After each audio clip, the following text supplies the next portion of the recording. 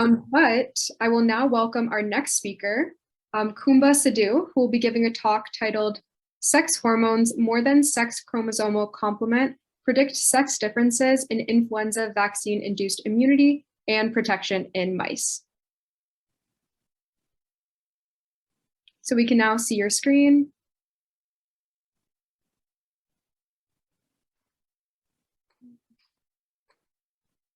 Okay. Awesome. Can you hear me okay? Yes, we can. Please proceed. Okay. Great.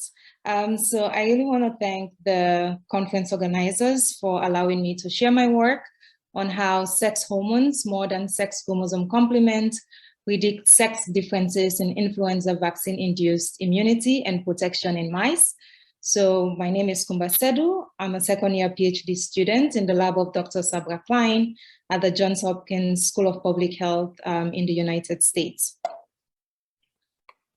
So sex differences occur in different diseases. And here I'm showing to the left that we see females being more prone to autoimmune diseases, including multiple sclerosis, type 1 diabetes. And then on the right, we see that males are more prone to developing non-reproductive forms of cancer. And in the middle, we also see sex differences in immunity to various diseases. And today I will be talking about influenza. So our lab studies how males and females respond differently to viral vaccinations and infection. And we study how modifiers such as sex chromosome complement, sex hormone, via different mechanisms, epigenetic modifications, transcriptional activity, influence our immune cells and how that translates to how we respond to influenza vaccines via the antibodies that we produce, and then also how we experience the disease. So biological sex determined by the chromosome in females having two X copies leads to the development of ovaries, which then lead to the development higher levels of secretion of estrogen. And estrogen has been shown to increase the functioning of our immune system, which can then lead to females clearing virus faster. And in males, having an X and a Y chromosome, and on the Y chromosome, the presence of this SRY gene, which is the testis determining factor, leads to the development of testes, which then secretes higher levels of testosterone. And testosterone decreases the activities of our immune cells, and this can lead to viral persistence in male and also reduce vaccine-induced immunity. So previous data from our lab, 42 days post-vaccinating C57 black 6 male and female mice with our whole inactivated 2009 H1N1 influenza vaccine showed that expectedly with age, the levels of estradiol decreases. And when the lab quantified how that correlates to neutralizing antibody titers, so these are antibodies that are effective in blocking infection, we see that the levels of estradiol in the serum was positively correlated with the neutralizing antibody titers. And similarly in males, for the levels of testosterone, we see a decrease with age, the levels of testosterone. However, in male, the lab saw that the levels of neutralizing antibody titer and the level of testosterone in the serum was negatively correlated. So here we can see that estrogen has an immunostimulatory effect, whereas testosterone has an immunosuppressive effect on vaccine-induced immunity. And when the lab also observed post-vaccination, the level of TLR7, as Austin mentioned earlier, this is a gene that recognizes single-stranded RNA viruses like influenza. The lab saw here in purple, the levels of this gene was higher in females. And looking at here the wild type, female produce high levels of IgG2C. This is high affinity antibody. But in TLR7, both male and female mice, we see a significant decrease in the levels of this antibody. And looking at the neutralizing antibody titer, again, we see that in the wild type, female produce more levels of this neutralizing antibody titer than males. However, in the knockout, TLR7 knockout, both males and females, their ability to produce neutralizing antibody was significantly decreased. So I've shown you that both hormone and chromosome play a role in immunity. So for my thesis, I am looking at what is mediating this female bias immunity and protection to influenza vaccine. And the sex chromosome complements directly or indirectly via sex steroid, how that impacts influenza-induced immunity. So to study this, I have been using this 4-core genotype mouse model that I'll briefly explain. So in this 4-core genotype mouse, it's created by using this transgenic male mice, in which in this transgenic male mice, earlier I showed you that SRY gene is on the Y chromosome and determines testes. But in this transgenic mice, the SRY has been deleted from the Y chromosome, and instead it has been translocated to autosome chromosome 3. So that means that it can be autosomally inherited. And so when this mice is mated with a wild type female, having 2 copies of the chromosome and ovaries, we have the development of 4 different genotypes. So here, if we have XX and the SRY is not present on chromosome 3, we have the development of ovaries, and we can have an XY, and also if the SRY is not present on chromosome 3, development of ovaries. And here, if we have XY and XX, and if the SRY is present on chromosome 3, we have the development of testes. And going to this two-way table on the right, if we see phenotypic responses that are similar between individuals of the same gonadal sex, so on the horizontal axis, then we know that gonadal sex is the main driver of the sex differences that we see to influenza vaccine-induced immunity. But if we see a phenotype among individuals of the same genotype having 2 X copies, and those that have XY on the vertical axis, regardless of their gonads, then we know that sex chromosome complement is the driver for the sex differences that we are seeing. So with the FCG, you can begin to understand both the effect of sex chromosome and sex hormones and possible interaction between the two. So for my experimental design, I have been vaccinating and boosting these 4 genotype mouse with a whole inactivated 2009 H1N1 influenza vaccine. So I've been doing that intramuscularly. And then on days 28 and 35, I bleed these mice to collect blood for our serum assays for ELISAs and microneutralization. And then on day 42, I challenge these mice with live virus, which is a drift variant from the vaccine virus. So because usually with vaccines, the strain that you receive in the vaccine might be different from the strain that you encounter in the circulation, like in the population. So mimicking that, and then several days post challenging these mice, I assess protection via morbidity, measuring the weights and temperature, and then also looking at virus lung titers. So here I am showing the levels of IgG antibodies in these different genotypes. So far, my results showed that gonadal females, so here in purple, produce more titers of IgG than gonadal males. And this is irrespective of their genotype. So both XX and XY produce high similar IgG levels than gonadal males. And then on the right, looking at IgG2C, which is a high affinity antibody, we also see the similar trend wherein gonadal females produce higher levels of these antibodies than males. So gonadal sex rather than sex chromosome complement determines sex differences in IgG antibody responses to influenza vaccine. And here you're seeing that the phenotype is on the horizontal axis. And here also I'm showing how functional these antibodies are via a neutralization assays on the left. So this is the ability of the antibodies that they produce to bind to the virus and block infection. We see that females produce higher titers of neutralizing antibodies than males.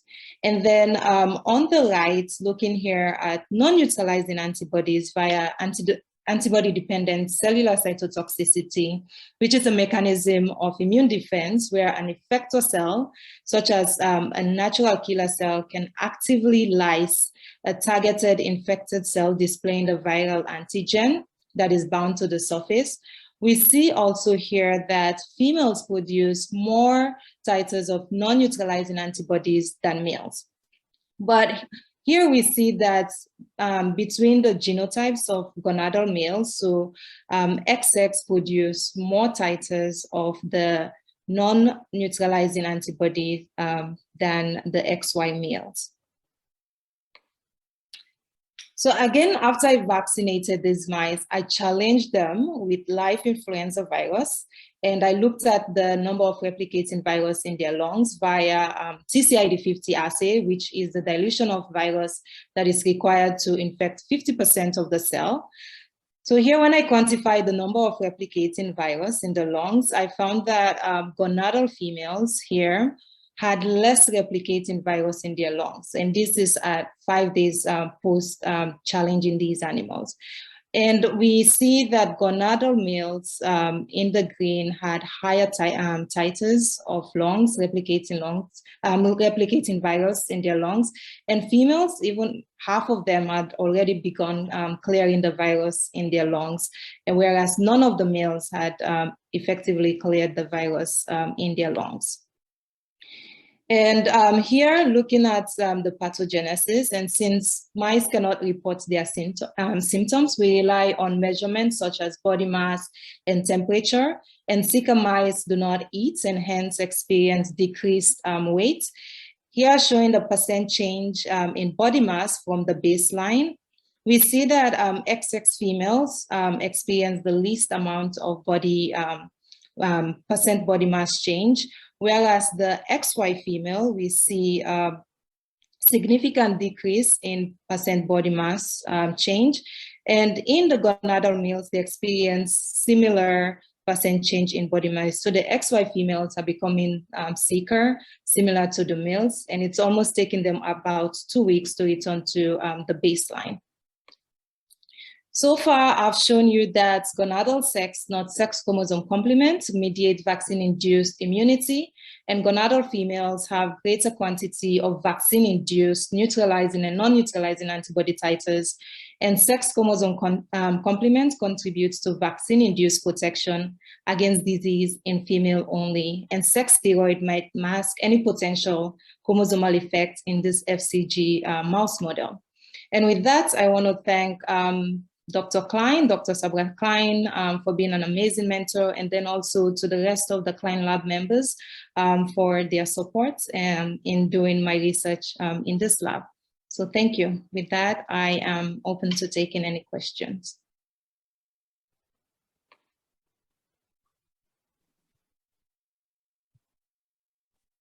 Thank you so much for that amazing talk and all of the insight into the sex differences and their associations with the immune response. We do have a question. So one of the questions that we have, again, from Jacob is, what is the mechanism of IgG production differences between the sexes? And the next question associated with that is, how does testosterone mediate immunosuppression? And how might you mimic gonadal female protection? So kind of 3 different questions. Let me know if you want me to repeat any of them. Right, I may need you to repeat, but let's go back to, I would say the last one was how testosterone mimics decrease in males. So with these immune cells, like NK cells, B cells, T cells, they have receptors for these different hormones. And so with that, you can have, for instance, with females, for instance, in the genes of females, you have the NF-kappa B binding motif, and NF-kappa B is a prototypical inflammatory transcription factor, so that can mimic why females have higher ones. And previously, our lab has also shown that in vaccination, we see reduced DNA methylation in the TLR7 promoter regions of females, so which enables females to produce more and more than males. And so that is another reason too. And what were the other questions? Sorry. Sorry, one of the other questions was, what is the mechanism of IgG production differences between the sexes? Yeah, so with IgG production in the different sexes, some of it can also be based on the B cells. So B cells, one of the our lab mates is studying estrogen signaling in B cells. So, and again, enhance signalings of estrogen enabling enhanced signalings of B cells, which can then increase their ability for, like, for instance, plasmablasts, increasing their production of antibodies, and also how the help that they can get from T follicular helper cells. These are all ways that these hormones can influence the differential response in the IgG titers. Thank you. And we do have a question from one of the BSI team members. Pavanraj, if you would like to ask your question. Hey, Kumba. Yeah, great talk. My question was the high weight or obesity also considered because of the estrogen relation of fat cells releasing that in the results? And also with the outcome of weight reduction? Mm-hmm. So we have not looked at particularly obesity in our mouse model for this one.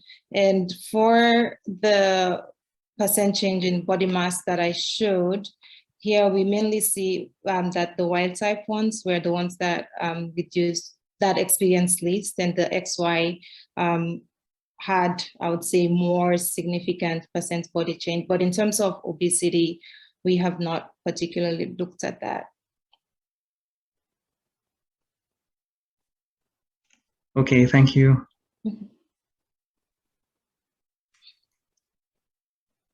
So I'll jump in if I may, Leah. So there actually was a question in the chat asking about hormone replacement therapy and how that might influence responsiveness. What are your thoughts on that? And then I'll ask my question. Right. So with hormone replacement therapy, it's something that we are thinking about in our lab, and then also thinking about it in the, I would say, in humans and transgender populations as well. But we have not particularly studied that. There have not been a lot of, in the context of that, a lot of research that have investigated that. But with the FCG, what we are trying to do is also like gonadectomizing these mice and then actually introduce exogenous hormone levels and seeing how that might influence vaccine-induced immunity. So that is the next part for this particular project that we are going towards. And then just a very quick question, following up on Dr. Iwasaki's talk, comparing intramuscular versus mucosal immunity, where do you see that might influence? Is there likely to be a sex differential there? Right. So for, that's an interesting question. For our vaccine, so this is whole inactivated vaccine. And in the past, previous work in our lab has mainly shown that it elicits like serum IgG and less of IgA. So that is something that I don't particularly study, but it could be possible that there might be sex difference, but I am not sure. Okay, thank you. Thank you again for your amazing talk, Kumba.